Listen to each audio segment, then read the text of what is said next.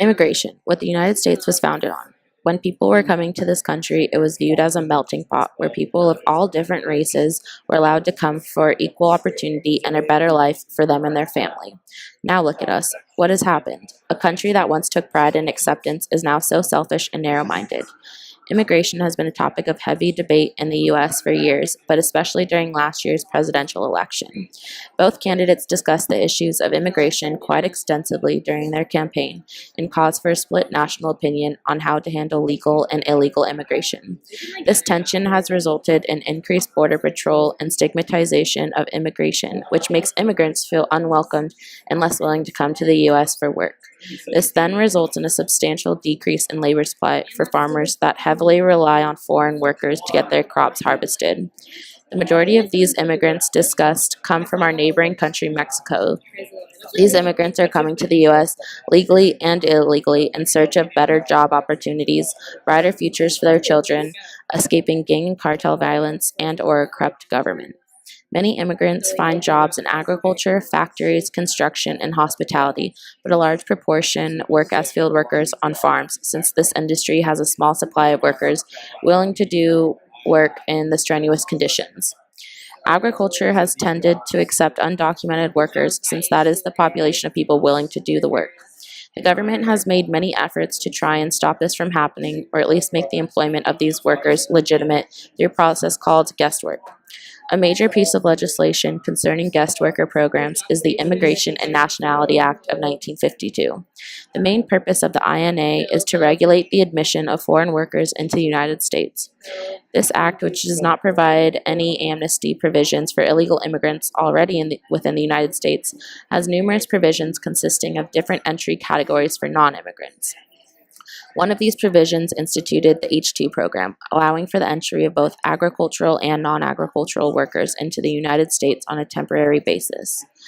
This act is the primary basis for the system of guest worker programs the United States currently has in place. In 1986, the Immigration Reform and Control Act was enacted to further control illegal immigration into the United States. In order to fulfill its goal, IRCA allowed for the sanctioning of employers who knowingly hire undocumented immigrants who have not been authorized to work in America and increase funds for enforcement. IRCA also provided an amnesty provision for those undocumented immigrants who had been living and working in America since January 1st, 1982. Under this provision, these immigrants were allowed to apply to the Immigration and Naturalization Service for legal resident status if done by May 4th, 1988. Furthermore, IRCA also amended the INA by subdividing the H-2 program into the H-2A program and the H-2B program. According to a recent study by the Pew Hispanic Center, IRCA was not overtly successful in its goal of controlling illegal immigration. Although the number of illegal immigrants living in the United States was lower than the number of legal immigrants in the United States in the early 1990s, by 2004 the number of illegal immigrants outweighed the number of legal ones. Despite this, IRCA's program, including the H-2A and H-2B, dominate immigration legislation. It publishes the list of H-2A and H-2B eligible countries in a Federal Register notice. Designation of eligible countries is valid for 1 year from publication.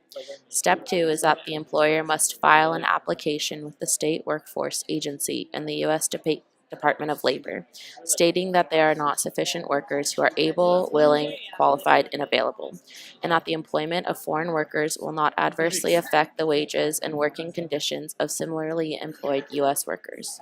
All before the U.S. Citizenship and Immigration Services can approve an employer's petition for such workers. Step 3 is that the petitioner/employer submits temporary label certification application to the U.S. Department of Labor. Before requesting H-2A classification from USCIS, the petitioner must apply for and receive a temporary labor certification for H-2A workers from DOL. Petitioner submits Form I-129 to USCIS. After receiving a temporary label certification for H-2A employment from Department of Labor, the petitioner must file Form I-129 with USCIS with limited exceptions. The petitioner must submit original temporary label certification as initial evidence with Form I-129.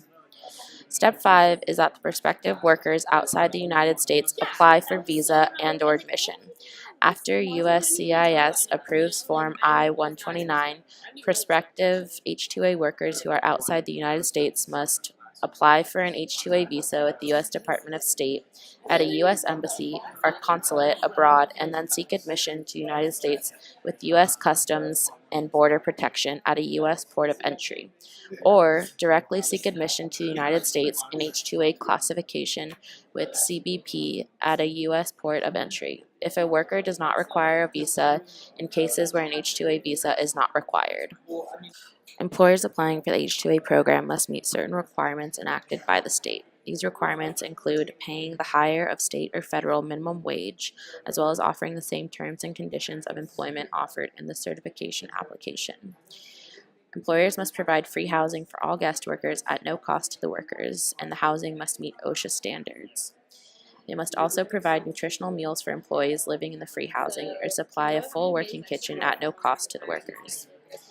Employer must pay for the inbound and outbound transportation of all workers, as well as the work site and housing transportation each day. And they are in charge of all recruitment of employees in Mexico. The H-2A program has its pros and cons for both the farmers and the migrant workers. For the farmers, it provides a means of finding legal labor for seasonal harvesting while there is a shortage of workers. Since California is an agricultural stronghold, this program helps to keep crop production in California instead of outsourcing to other countries. These are the types of jobs that H-2A workers are assigned to fill the void that American workers aren't willing to take on. For the migrant workers, it provides seasonal high-wage jobs with living and travel expenses covered, so they can help to support their families in their native countries.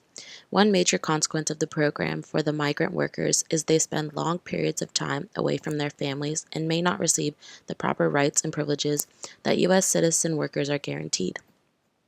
For the farmers, not only do they have to pay higher wages to bring over these migrant workers, but they also must cover the guest workers' travel and living expenses, resulting in a decrease in the growers' profits. On top of having to pay these extra costs, the process of hiring these guest workers can be very complex, time-consuming, and can result in many issues regarding scheduling for harvesting on time. H-2A is a program full of imperfections, and no way does it address immigration policy in the United States. This program is a temporary fix to fill the void for our labor shortage, and it does not provide a long-term, if any, solution to the problem. It is an inefficient system that is problematic for both the farmers and the laborers. Although other agricultural states can turn towards mechanization, migrant workers are crucial to California's specialty crops and agricultural productivity.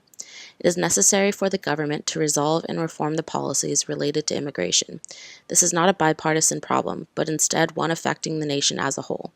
In order to properly provide farmers and immigrants the rights they deserve, we must form a relationship of respect and virtue with Mexico. With most of the workers coming from Mexico, it is imperative that a unilateral relationship is built. It is both nations' duties to ensure employer compliance with labor standards for all workers. There is a shared responsibility between both nations to work together to effectively and efficiently resolve the problem at hand. Instead of using these people for means of labor, we must provide a clear exit path, whether that be a new process of applying for citizenship within the U.S. or sending these workers back to the Mexican labor force where they are welcomed. It is a unilateral effort that requires both nations to set transparent criteria to properly enact new policy. It will take a combined effort by both nations to set the standards that we so often preach in our daily lives. Instead of useless bureaucracy creating division, we must compromise to find common ground.